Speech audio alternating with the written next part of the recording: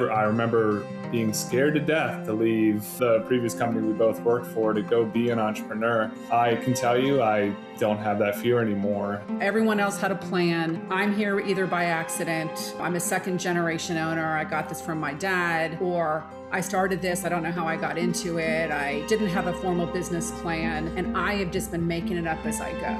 I think this world spends too much time in their head creating a false reality that doesn't exist in the real world. For entrepreneurs, it's that, hey, we're all going through the same things. The world is a crazy place right now, and business is changing so rapidly that you're not alone. And people are feeling also paranoid about other people. There's more division. And what we all want is community.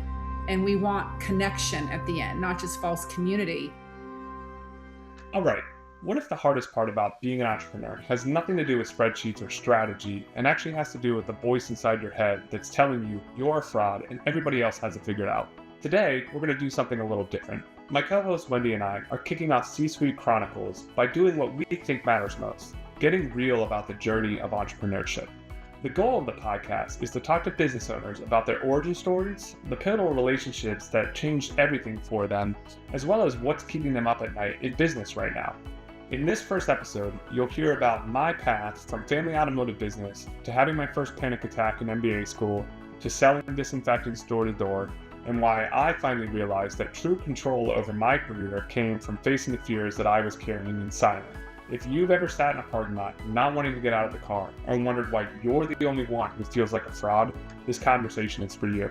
Because the truth is, we're all making it up as we go, and that's where the good stuff happens. All right. Well, here we are, Wendy. I guess the best way to kick this off and to follow off of our authenticity conversation, I really think it would be cool to just, kind of give a little bit of backdrop about you and I, how we met and everything. And then really what kind of led us back to this conversation of doing a podcast together. So why don't you start with how we met, and then I'll take the podcast side. Does that sound good? Yeah, it sounds good. And then you may have to fill in some details, right? Make sure that I'm remembering particularly times, but yeah. So my recollection, Jeremy, is that you were getting your MBA and you found yourself at Siegfried. And when I first met you, we were going to be working together in the sales operations area and training our salespeople. Yeah. And I think very quickly you had another opportunity to work with, at a time, the president of the company in a chief of staff type of position. And then you ended up moving out into the sales field from a standpoint of management and working with our South team. And so, my recollection is really about, again, how quickly you went from a variety of roles in the company for a fairly short period of time, I think. How long were you even there? Yeah, I think I was there for probably, 5.5 years. And I started as doing events. And I think we were doing 48 a year. So I was a full-time MBA student while also trying to, be a full-time corporate associate through the University of Delaware and trying to, pay for my entire education at the same time. So it made for, probably the first panic attack I ever had in my life of I need to slow down, but it was totally worth it. Yeah. Well, what's interesting is if I actually think about all of our interactions, Jeremy, through that 5.5 years, and I really, it feels like it was a long time, but it also feels like a blip in time also. The most memorable thing is when you were going through the sales, our what we call DX training. Yeah. And we were in Denver, I believe. We were in Denver, Colorado. And part of the assignment was you had to, at the end, really talk about your life. And when you just mentioned having your first panic attack, I immediately thought, well, is that true? Because you had a story about your time living in New York and how much that was a tough time. It took you by surprise in different ways, if I remember correctly. Yeah. And that had a big impact on you. And in fact, somewhere in my mind, I thought we need to revisit that again.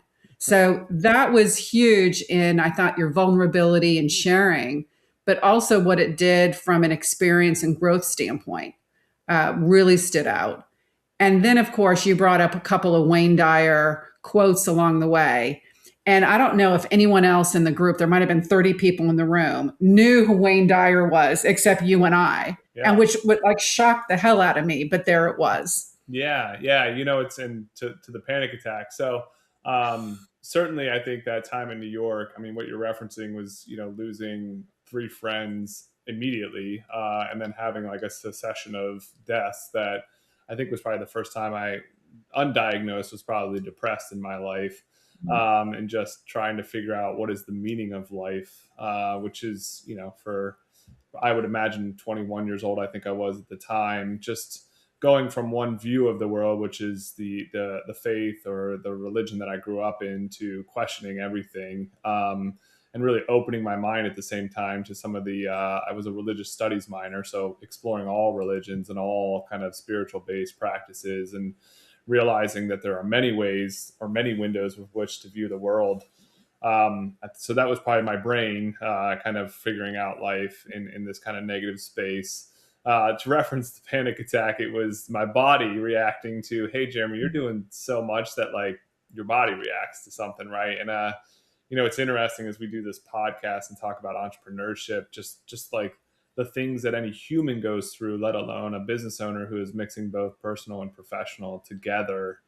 And it's I think it's those are two very typical things with entrepreneurs to go through, if they feel disconnected, if they feel unsuccessful.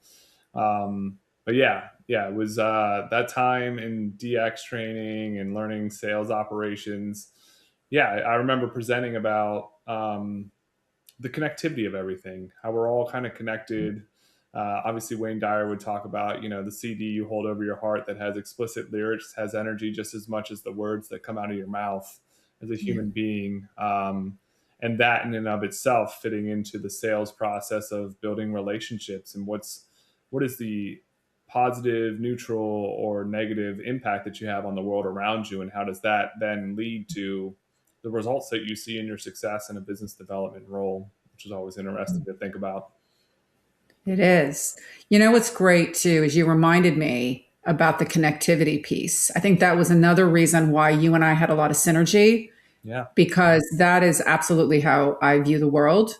And I think, I actually think that's probably why I love business so much, and why at times, like I see, the whole and parts to the whole and everything's connected. So in order to basically have this beautiful output, you have to understand and at least have at your core this idea that, hey, it's not just this one thing, and be able to properly diagnose what's happening, what's truly an issue, be more systemic.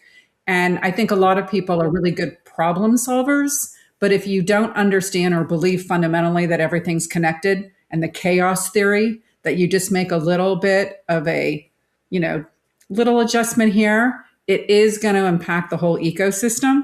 And somehow having that point of view, I do think helps be able to kind of move people forward, a mission forward, and a business forward. And the fact, even like at the work you're doing today Yeah. and working with the clients that you are, that perspective is going to help you go in and make a difference. And then hopefully you can bring that mindset and perspective, to the entrepreneur that has to look at the entire enterprise and then be able to make choices and prioritize along the way. But I think that connectivity really helps. Yeah, you're bringing up something for me of this idea of entrepreneurship. I mean, it is creating something bigger than yourself, and also you're providing for more than just yourself. And so, I think you and I probably related on, and well, first we were working for an entrepreneurial company that is probably about the one of the biggest size entrepreneurial companies you could work for year over year, growth wise, and just constantly having to rethink things.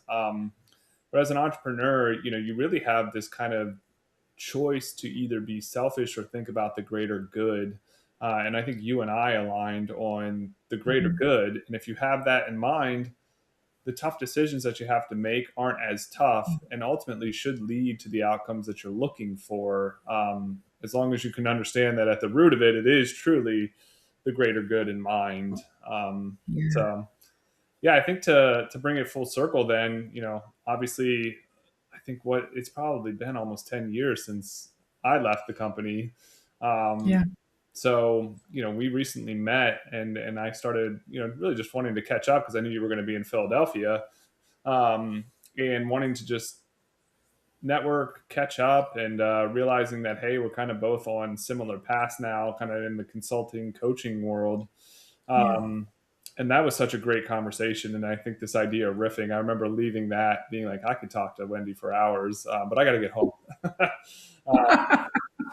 And I remember I was, only because it's coming back to me, I was in the shower and I was like, I'm going to ask Wendy to do the podcast with me because I just think this would be a cool dynamic, both the male and female perspective, but also just Yeah. the conversationalist type of riffing that I think you and I Mhm. embody, especially when we talk with one another. Mhm. I love that. Yeah. No, I love it. I always like, I don't, my favorite word is we. Yeah. It's funny. I thought the other day, I go, was I destined to this? I didn't really think about the fact that the two first letters of my name are actually WE. I'm like, oh, this is destined. Yeah. But there's something about collaboration. I think having enriched conversation, elevating thinking, and just really having shared values and a desire to live your best life and help others do the same. And business is a great place for that. I was actually thinking the other day, I did not, for a number of reasons which I will not tangent on, did not grow up in like any kind of team sports. That just wasn't part of my household and things that were happening. And so I never really had that experience. And for someone who loves teams and working with others, like that really just energizes me. And I love that. When I got my first role where I was a part of a team in business, and then I also got to manage like a team and work together, and we could have these shared mission and goals, I was like, oh my God, this is what I was missing. So for the person that didn't get to be a part of team sports and experience it, business has been that for me. And Sure. I love the fact that we can organize around a shared mission, try to get people together, work as a team, and create something extraordinary. And what better way to do it than in business? Yeah. And that's kind of what has always given me the juice for it. I love seeing it happen. I love when it works, and I love trying to figure out how to get it there. But um, it means a lot. And I think even just having the conversation with you and having people that and I know, and people we haven't even met yet that could really contribute and support the community of business owners and entrepreneurs, it's going to be great conversation. Yeah, yeah, and that I guess that kind of brings us to like, what are we doing here? What's the kind of goal that we're looking for? And I know we spent a couple weeks ago talking with the podcast company, and just for me, I my favorite part of the job is being like a strategic soundboard for entrepreneurs because I think it's just a very isolating place to be as like the owner that provides for others. And so I think there is inherently a certain psychological safety of being in a W-2 position that I've noticed as a 1099 coach slash consultant. I don't I don't have. You can fire me. I'll figure it out, and I would never. I remember being scared to death to leave the previous company we both worked for to go be an entrepreneur. I can tell you I don't have that fear anymore. And so I love talking to entrepreneurs and just giving them my honest opinion of, tell me your situation, what's going on, and let's talk through it. Whether that's in the initial conversation or subsequent conversations that come from working together, or just in general keeping in touch. And so I think when we talked about what's the arc of like what we're going to shoot for, we might riff a little bit. Obviously, I think we will. But really, just having conversations with owners about their origin stories. What is the what is how did they get to where they're at, and along the way, who were the pivotal people or relationships that they had to get there? I think that would be the bulk of our conversations. And then from there, what's on their mind right now? And I think just given the rapid pace of the business world and what's happening with AI, obviously people are looking at that from all sorts of different ways of efficiencies, as well as how does this work again with people who are usually the inputs into making things come to life in a business. There's just a lot going on that I feel like business owners need to hear what other business owners are doing. So I think the origin story with what's on your mind lately, just, our hope is that other entrepreneurs listen to this and feel like, hey, I'm not alone in this. And there are people out there that are dealing with the same things that I'm dealing with. And if we can get even a small sliver of that in this conversation, I think it's going to prove to be really well received, Yeah. as well as just fun for us. I think that's great. I have no doubt that I think that the best way to learn is also through other people's stories, but also the relatability, and you want to be part of a community, right? And it's quite elevating. I had the experience for a number of years where I led seminars and kind of peer-to-peer trainings with business owners, and they didn't necessarily know each other. So it might be a 3-day seminar, for example. And I did this, for years. And I can tell you, every time a business owner walked in the door the first morning, all of them, but they thought they were alone, came in thinking, I'm going to get found out, right? Everyone else had a plan. I'm here either by accident, I'm a second generation owner. I got this from my dad, or I started this. I don't know how I got into it. I didn't have a formal business plan, and I have just been making it up as I go. And by the end of the day, once people were sitting together, engaging, you could feel their energy shift. And then by the second day, they were like, I'm so relieved. I thought that everyone else had it figured out, and I didn't. And so I think there is something about just stating, what's true and sharing in that. I think that's where all the learning comes. And I have no doubt that that could be of benefit, um, for many entrepreneurs or people thinking about it, or people that maybe even ended up running a business and didn't plan to do it and are trying to figure out how they make the most of it or how they can be better to do it. I think Yeah. it's great. Yeah. What was the quote from my world religions professor? Everybody's trying to find the answer to the key to life, right? And the only responsibility you have is if you find it, bring it back to the tribe at the end of the day. So I love that. yeah, I love that. I love that. cool. Well, let's. So what we decided for this podcast is basically to talk through my origin story for the first episode, and then the second episode, your origin story. Mhm. So yeah, obviously one of the things I appreciate about you is you're a great listener and you ask great questions. So I'll certainly hand the mic over to you of how you want to like start with the questions or Yeah. anything, and I can certainly explain from there. Yeah. Okay. So, this might actually feel pretty typical of a question, but I do think it's interesting. So, you just made a comment, just a few minutes ago, that even though you were scared to leave the company, right, to be a W 2 employee, you still knew that that was the path, is that you wanted to venture out and be more entrepreneurial, even when it was scary. So what I'm curious is, where do you think that began? Meaning, even if you were, I don't know, your high school, what were you growing up with? What made you have maybe a flicker of something in you that said that that might be a path you wanted to take? Yeah, it's a great question. My family has owned a business since 1956 or 58. My grandpa started it, automotive business, handed it down to my parents. My uncles were involved as well. So I am the typical entrepreneurial kid who got off at the school bus at the local shop and was, sitting around hanging out till closing time around 5 or 6. So hanging out in the shop, getting to know the techs, hanging out with my parents. I can remember very early on when I would get in trouble sitting inside of a customer's vehicle with my dad giving me a talking to essentially. And so I think it's all rooted in that.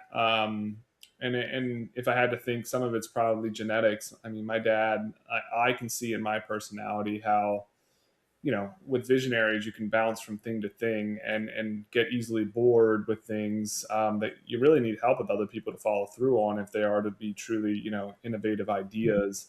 So I think it's part genetics, part just my upbringing, that really kind of led me to wanting to be an entrepreneur. Yeah. So when you were a kid growing up in that environment, do you remember any point in time watching, your parents get stressed about having their own business, or how, experiencing up and downs of the market, the business, any kind of impact there? It's interesting. I did later in life when I was first working with them as like a young adult.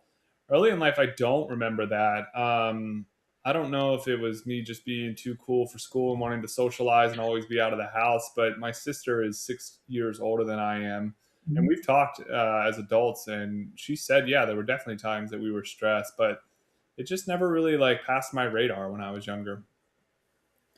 Which that might actually go a long way towards a certain amount of comfortability, right? Like this is kind of how what's possible because you didn't necessarily feel an impact of wow, oh my gosh, we went through bankruptcy and now, my entrepreneurial parents are starting again or having to rebuild or, there's a whole bunch of stories out there. It doesn't mean that one wouldn't pursue that, but it could get in, the back of your mind to say, ooh, this is too risky. I don't want to do that for my family, or gosh, that was too stressful. But that's not something you had to experience. No, yeah, no, and it's funny. I work with a bunch of therapists that I think I wouldn't call it some. It would be some sort of childhood trauma, probably that would have stuck with me. Of like, I don't want that because my parents went through that, and I don't want to do it. So yeah, I never had that. Yeah.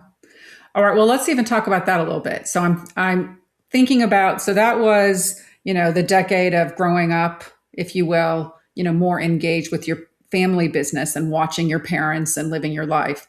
Then you're getting your MBA and you do work for a firm, and have a W-2 while you're doing that. And then you decide to venture, out into the world again, more entrepreneur. And here you are now in your late 30s, and you also are married with child, Hmm. right? So you have the responsibility. So have you noticed a difference in you in terms of how you've been approaching business that you had pre marriage and child to post marriage and child? Like how has that influenced what you're up to and how you think about what you're doing? Yeah, I think at 24, working for my parents, it was just sheer will of I don't want to lose my childhood, like all the buildings that I had, my house, that I grew up in. Obviously that would have affected our family in a very large way. So I think it was sheer will of just like doing whatever I had to do. I don't know that I knew what I was doing at all at that time. And then as we were working with the financial accounting company, um, I think I was still to a certain level, like just working a job. And I certainly saw the opportunity, but I also don't think that I lived up to my full potential there. But I think it was the ground, the next stage of like bringing entrepreneur ideals back to the forefront, and really seeing that, hey, I don't want to be in corporate America long term. I want to go on and do something else. So what I saw from there was, hey, I'm going to go be an entrepreneur. I should have known full well I was going to fall flat on my face, but I also had to face my fears. Having to be a salesperson selling disinfectants before COVID. You got laughed in your face a lot, especially in the auto sales world, where it's just a bunch of sharks. um, so I had to Yeah. face fears and like crippling anxiety of trying to like do something that I didn't really feel that fulfilled about, which did lead me back to being a W-2, COO again. Um, and what happened and what I learned then was that like I was starting to become unwilling to accept. I was becoming unwilling to accept working for people that just didn't align with me energy wise. And the best way I know how to put it is I was working with certain people that I just were willing to lie, cheat, and steal is always like the phrase that I use. And there are a couple instances where I got caught up in having to call that out and not going well, basically. And so I very specifically remember Michelle sitting me down and saying, "Hey, like, we're gonna have a family and we're gonna grow and change, and like, you got to find something that makes you happy." Um, and that started me down the path of just networking within the EOS community and finding fractional integrator COO, you know, the ability to do that for a career, which at that time I was so fearful that I wouldn't be able to find a COO job because let's be honest, they want 15 to 20 years experience. At that point, I was probably 33, something like that, maybe 34. But the fractional route, I already had the experience to kind of, pass the test with Catalyst, who I ended up working for. And that really just, I realized that, oh, wow, being a coach and consultant is a possibility now, and I need to pursue that. And it was rewarding from so many ways. Like, one, I'm working with entrepreneurs, and all of a sudden I care about these people, and they're willing, you know, they're willing to give me the time of day and actually take my advice, you know, to help elevate their business. And then there was just all the other aspects over time. It became financially rewarding. So that meant that our family since then was able to grow. So I started to see a real responsibility to just take this career seriously and realize that, like, having a job you're passionate about is, it's a great reward that comes with a lot of responsibility to show up in that way. And so I guess what I'd say is, like, I feel like for the first time in my life, I have control of my career and the direction that I'm going in with my life. And that's all due to getting into being a fractional COO slash integrator. Mhm. And I will not allow myself to fall back into not having that type of control in my life. So I think in a way I've kind of grown up is the best way to put it. Yeah. It's interesting. So I just have to point out how beliefs, right, we have can influence things and also different points of view. So when I heard you say that when you were looking for a COO role, you were like, hey, they're usually looking for 20 to 30 years experience, and I'm 33. And then the fractional opportunity that and coaching and consulting felt most available to you, early in your 30s, even after education and different experiences. What's really hysterical is I have heard and have personally felt almost the opposite. Like, hey, no one is going to be hiring a full-time COO that's like had 20 to 30 years experience. They're wanting someone fresh and with energy, and they want the 33-year-old. And the only way, those of us that have been, through a few decades are going to make this work is, hey, they're willing to bring in a fractional, more experienced person. So what's Yeah. interesting is you're showing a point of view, and I actually had the opposite. I was more like, hey, Jeremy, that's what they're looking for you, man. You've got, the world at your feet. And even though I might have some lived experiences where, I mean, that's the one thing that I've had to, kind of do some self talk on at times too, is that, hey, it's really at the end of the day, there's a lot of people out there giving great advice, and there's a lot of good people that are great at coaching and consulting. I think what I can say as an experienced person would be I've been through enough lived scenarios that I know questions to ask that maybe someone who hasn't had as much of those experiences may not think to ask. But Yeah. again, there's also the benefit of just a new world and fresh thinking. So maybe age just is something that we all need to contend with and put it aside. Yeah. Well, I think what you're highlighting is this idea of, one, I do think that there are storylines that get repeated over and over throughout, the human race. But Yeah. at the same time, that then gets mixed in with imposter syndrome. Yeah. Just as much, I think what you're alluding to is imposter syndrome. As Yeah.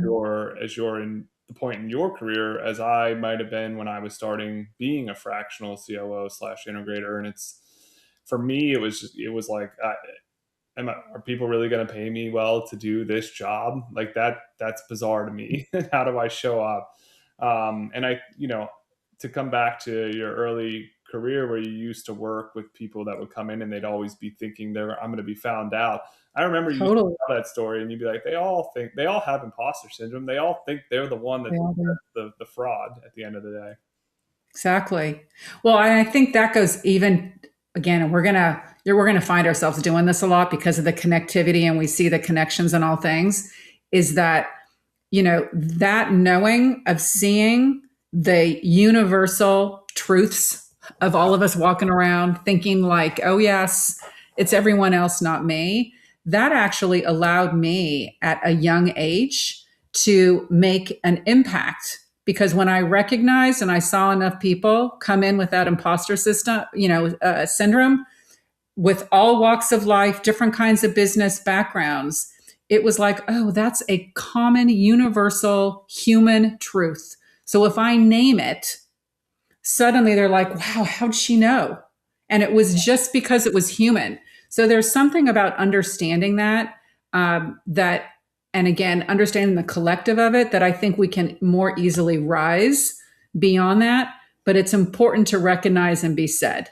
Yeah. And so I love that aspect too, just when we talk about what this podcast can do for entrepreneurs and others, Yeah. is just to bring the humanity to it. And that also brings enormous possibility. Yeah. The first, well, probably the second client that I took on, therapy practice, and the owner was really just struggling at the end of the day. And we're coming out of the pandemic. I mean, we're coming out of everything being shut down, and you know, in that, some of the humanity, and to lean back on like the depression of my life was like, I know this feeling. I know what it looks like. I know what needs to be done to get out of it. I remember setting a KPI that was like, you need to just go meet two people a week. And if that's That's all right. you do, great. And one of them, and the other one was go for a walk every day. And it became this thing where she kept doing it over and over and over. And it really helped her get out of that space that she was in. And, I can just think of the time that I was through that and I did not make smart choices throughout some of the darker parts of that time. But what came out of it was getting back into being around friends and being around family and in community with people. So again, it's this idea of like, I think the human condition has certain storylines that play out that are, if someone is dealing with that, there are others around that can help handle that, and help, help ease that burden by sharing their experience and how they were able to get out of those things or grow through it. Yeah, absolutely. Can I ask you about that? You mentioned that you were selling. What were you selling again? I basically was like the distribution arm for a car disinfecting system that would literally clean out the car and protect it against microbes going forward, essentially. Okay. So did you do that? Was this a door to door? Was this, make so many calls a day? What was this? What was Yeah. your sales process here? So given the automotive background that I grew up in, it was really, talking to independent service shops, automotive sales dealerships, and really going so door to door in that sense. And yeah, it was a grueling thing to do, trying to go to find a sales manager who, they're literally sharks and they get hit up all day for the next best thing. And it was rough, definitely character building. How long did you do it? I think I did it a year and a half. It's honestly, I don't know, maybe part of my brain blocked it out a little bit. COVID definitely affected my ability to understand time anymore. I did it, I think, about a year and a half, and I probably did it for 6 months before COVID hit. And so that was 6 months of grueling. Nobody cares about disinfectants Yeah. before COVID hit, and then everybody cared about disinfectants. Right. So it would make, yeah, there was more market demand. So it was, right. So then you would be able, there was a need. There was a need. So it made Yeah. it easier. The Yeah. reason I'm focusing on that is that, and I'll first pose it as a question and then I'm going to give my point of view. Sure. But the question would be, how do you think that experience, let's think about those 6 months that was really grueling. How do you think that has impacted your business today, or even how you are helping assist your entrepreneurial clients? One, failure. I think all entrepreneurs have to go through failure. I can remember not wanting to go out and go to another dealership or hit the streets and try to make drum up business. And it was anxiety. I mean, that's the best, that was the best way. I can remember sitting in Yeah. a parking lot and not wanting to get out of the car. Um, so I think probably what that impacted me the most now is just I have to be selling something I care about. I have to be providing a service that I know I can do and I actually believe in. And so I think that would probably be the biggest takeaway for me. Yeah. Do you notice in your clients, let's just use that as an example. I mean, when you have a business and you're an entrepreneur, my hypothesis is you need to have at least above average willingness or capability to go sell an idea, a product, a service. I mean, the level of salesmanship needed to have a business, right? That promotion Sure. and certainly belief, passion is going to fuel that. Let's agree. But have you noticed that the people you're working with are, above average salespeople? And do they even think of themselves that way? So, what's the correlation between sales capability and being an entrepreneur? I think you have to have a certain sense of sales capability. And if you don't, you have to have a product that people need and love. And I, one of my clients, they are a fairly sizable MSP IT company, and I very specifically told the owner the other day, I was like, "Listen, we have some ambitious goals. I need you to go make it rain." And this Yeah. was to help, continue to set up a culture of relationship building, much like we used to do. I actually Mhm. brought the tenets of, the my relationships tracker into it to basically say, hey, we need to track our relationships, how we're being relevant and compelling to those relationships, and developing them over time. Um, but he's got to set the tone, and he's got to go Mhm. out and do it. And he immediately knew that right away, and his time is blocked out, lunches Tuesday through Thursday, to go do it, and it just comes naturally to him. Mhm. So that's one example. And then others, I think you can get to a certain place, like in therapy practices, for example. People need therapy in this world today, and you don't have to necessarily be a great salesperson to do that. Um, Mhm. but you need to understand marketing, and you need to understand how to drive leads, and then how to convert those leads. Um, so to a certain extent, it's a little bit of this like warm leads coming in versus cold leads, and then really knowing how to relate to, in this instance, to prospective, patients or clients, that make them feel accepted, coming to you with everything that's going on in their life, and then say, yes, this is the person I want to help me get out of where I'm at. So yeah, I think it's varying degrees of salesmanship at the end of the day. Yeah. Yeah. It's interesting because I guess it depends on what your part of the business or how the business came to be. I've certainly met people that took over family businesses, so there was a built up reputation, client base, and could build on that and expand. And then I've met some people that are really trying to start it from scratch, and they can see the fulfillment aspect of things. They're really great about that. But the challenge is really getting themselves out there and really embracing and figuring out marketing one and serving the client, and how do you communicate to that client and narrowing it down, and then also looking at that lead generation, lead conversion funnel. Yeah. And the ones that really are like, God, I just want to fulfill them, I just want them, I just find their timeline to success, right? There's only so much money that you have with the runway of a business typically, Sure. Yeah. right? And so you can't afford to have that take too long. But I feel like in all the conversations and things that I've witnessed and some personal experience is that we tend to think that perhaps it's going to come a little bit faster, quicker. Yeah. And you put your shingle up would be the way to talk about it, and there you go, and you have some friends and community, and you make an announcement and go on LinkedIn, and here you go. But the truth is it's much more than that. And so really trying to help prioritize around that and getting the help you need, and understanding what you're capable of and what type is really the trick. And so there's something about, the salesmanship and then obviously understanding the money. Yeah. Those two things feel like they're going to get you one way or another. If you don't understand revenue to cash, if you don't understand, truly Or, what it's going to take, these are the things that will keep you up at night.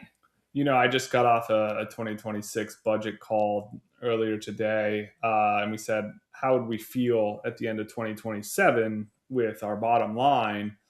And my response was, if we've fixed the front end, which we've agreed that like the number of new meetings, we need to have more of those. If we fix Mhm. that and our cash flow is hitting the priorities that we have, paying down debt, having cash set aside, that type of stuff, then yes, I would feel good because it means that we figured out the front end and then we figured out what we're doing with the money in house so that it's not going out the back end at the end of the day. Yeah, totally. So, what's your greatest aspiration when you look at this year, when you look at what you're creating with the clients and what you're creating for your own business? What would you say, like, gosh, the aspiration of this year or your word and focus of the year is? Yeah. I'm not sure that I think I had a word, but I don't remember it anymore. As you and I both talked before, I just finished up the buyout with my current company, and that has felt really great. Just personally being able to think about everything with like almost like a what do I want 100%.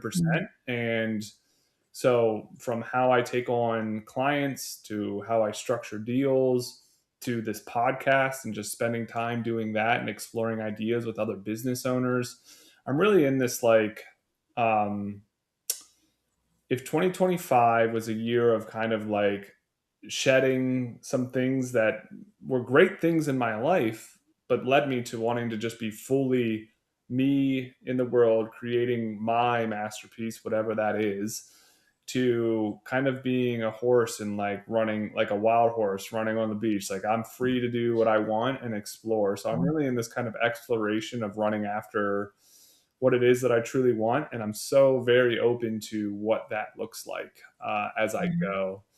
And I think I have some guiding principles of what that looks like, but I'm really trying to allow myself to just kind of go with, the wind in a sense. That's beautiful. Now, not that I'm super into it, but I just have to point out apparently it's the year of the horse. Yeah, And you actually use that analogy sure, sure. and how you're, visualizing this year. And, there is something about kind of allowing things to emerge, as long as your values and your intent is in the right direction, Sure. uh, which is really cool. Yeah, well, I think it's only appropriate that I give credit to my colleague from Catalyst, Courtney. She had mentioned they talked about that, and I was like, yeah, that actually feels very much like where I'm headed. So I got to give. So you were aware of that. I'm Yeah, like, I was aware of that. So to be true to my values and my core, I feel like I need to admit that. well, I love the integrity and the honesty. Yeah. Is there anything that you hoped I would ask about or that you feel would be really important for, your clients, future clients, and, this community being built through this podcast that you want them to know? I think this just kind of harkens back to what we originally talked about. I think this world spends too much time in their head creating a false reality that doesn't exist in the real world. So, you know, for me, for entrepreneurs, it's that, hey, like this we're all going through the same things. The world is a crazy place right now, and business is changing so rapidly that like you're not alone. And and if we can get out of our heads, where if we're spending a majority of our time in our head, we're creating a whole world that may and most likely doesn't exist, that when you show up in the real world, you're showing up with that world inside your head that doesn't exist in the real world. And so I don't think that there's a question that I would have asked, but this has just kind of been on my mind lately of like, if we could start talking and sharing our lived experiences, I think we're going to continue to find these commonalities you and I have been talking about this entire time. Yeah. And I can't wait to explore that, really. So great. It's all about connection in the end, right? Yeah, absolutely. Love it. Well, I guess to wrap up, the one last thing that we said was, what's on our minds lately, as Mm, people in this world, business owners, all of that. So I guess I'm curious from your standpoint, what's on your mind lately? yeah. You know, I would say so. I'm going to start answering that by saying that uh, my word of the year, or I think I have two, but maybe one's kind of more actionable and one has a more of a tonal quality, is collaboration and ease. I like to do this with ease, which does correlate a bit with kind of you seeing where things go.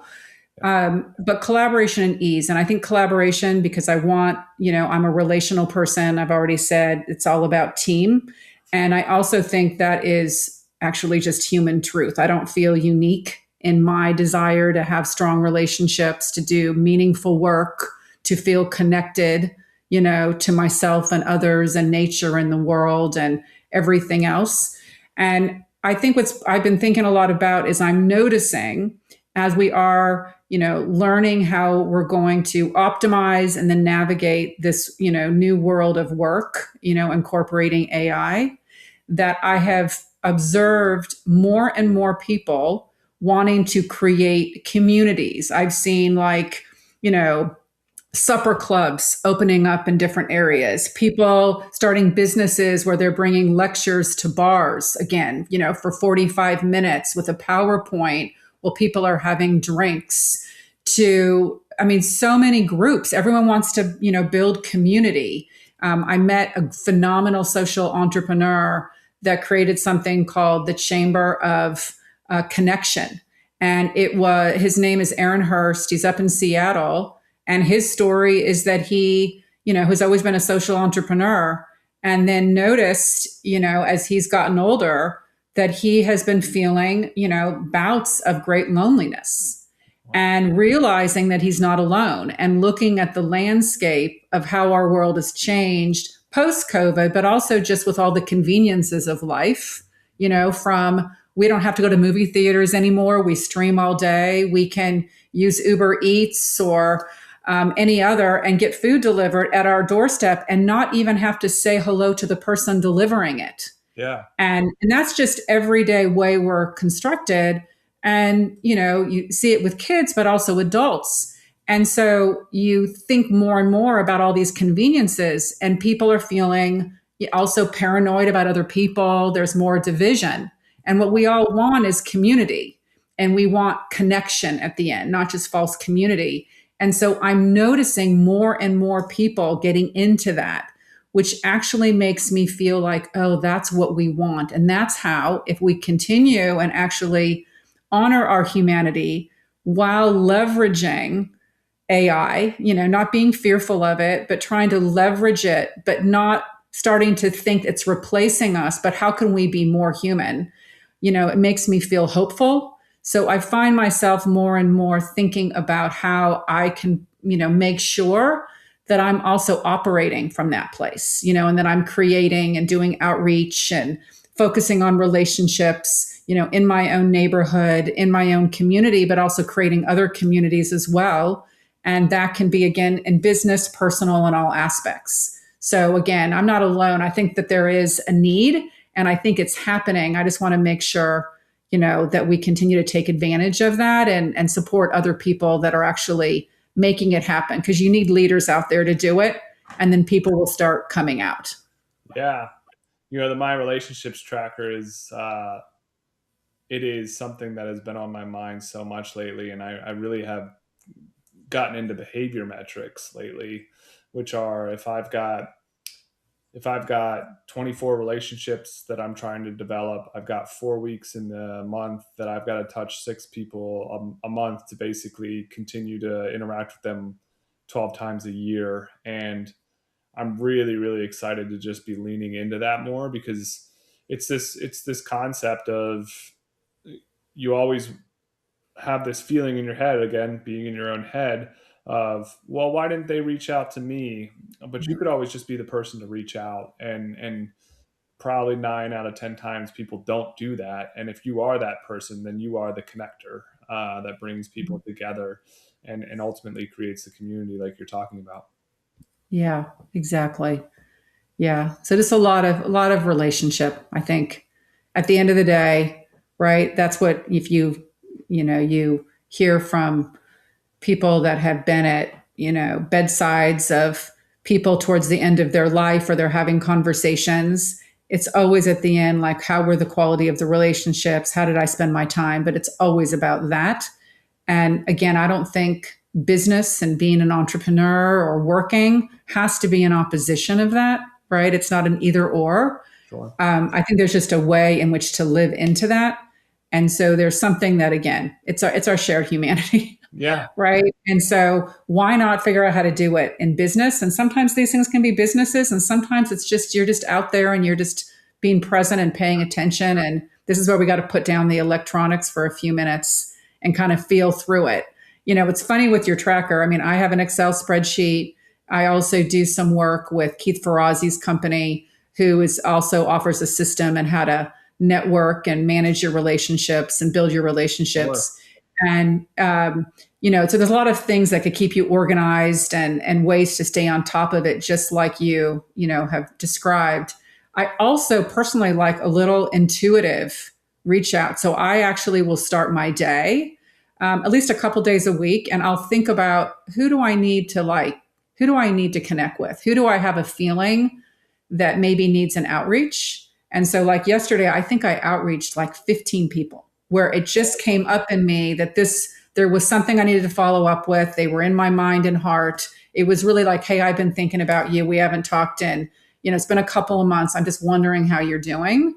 And there is something about the intuitiveness that actually works for me, where that combined with, some intentional organization and prioritization, and just being able to stay on top of details, can make a difference. So, Yeah. I think the intuitive part is important too.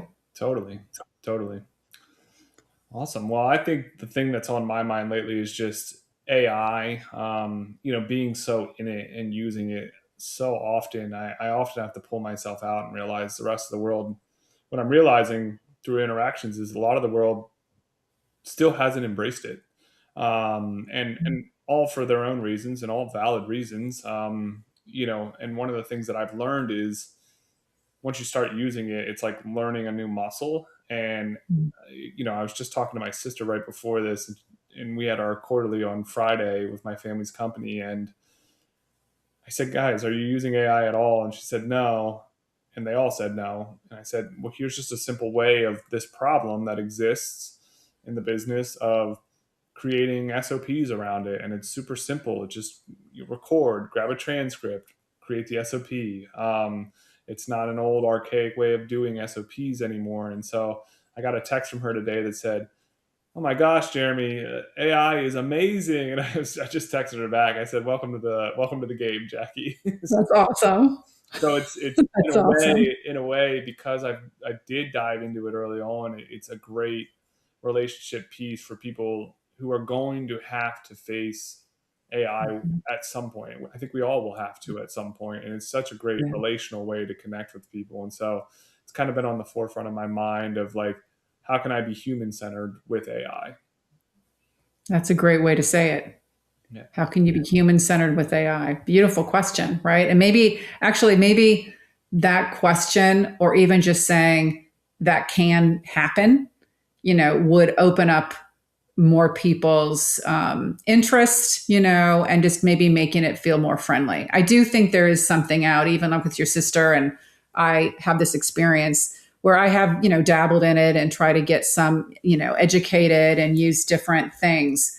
But if you don't, somewhere in there, it needs to still feel super user friendly. You almost need another person, another human with you, and not just let me follow the tutorial and listen on this, to sit and show what's possible and how it can actually free you to be more human Yeah. and to be able to spend more time. Yeah. So, maybe there's something about how, to highlight those things that people just didn't even understand. Because otherwise you're just hearing about, chat GPT and prompts and Yeah. and Claude and how your people are building businesses from it. But you're like, I don't even understand how that could be. And we just treat it like another Google, prompt. Yeah. I don't know. Something there. I think what I'm hearing, Wendy, is I'll be your human to help you with ChatGPT. I think you have to be. Yeah. I'm not opposed to it. Like, I'm not resisting it, but I would say it's just, yeah, I need another human. I told you I'm a we person, right? Yeah, so we is always better than I any day of the week. Yeah. Awesome. So yes, please. Well, this has been fun. I'm always enjoy conversations with you. I'm looking forward to this journey we're going on. I think it's going to produce things that we can't even imagine at this point. So I appreciate you coming on the journey. Yeah. Oh my gosh, it's such a pleasure. I feel grateful. Thank you. Absolutely. All right. Well, next time we'll explore your origin story. Gosh. All right. I'll be ready.